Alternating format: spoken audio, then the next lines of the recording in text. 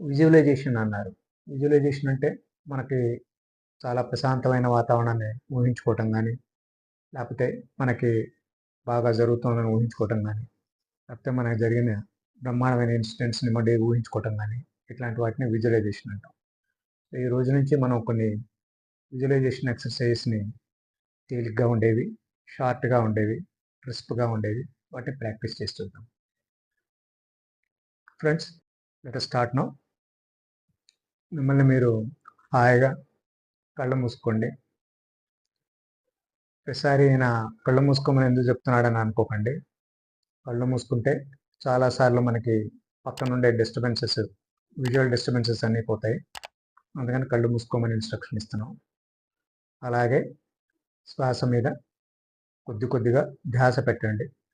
అంటే పీల్చే గాలి, వదిలే గాలి. పీల్చే గాలితో హాయిగా మంచి ఎనర్జీస్‌ని తీసుకుంటున్నాం అనుకోండి. వదిలే గాలితోటి ఒంట్లో ఉన్న ఒడిదుడుకులన్నీ వెళ్ళిపోతున్నాయనుకోండి. ఇలా దీన్ని ఒక 2, 3 నిమిషాలు ప్రాక్టీస్ చేసి చూడండి.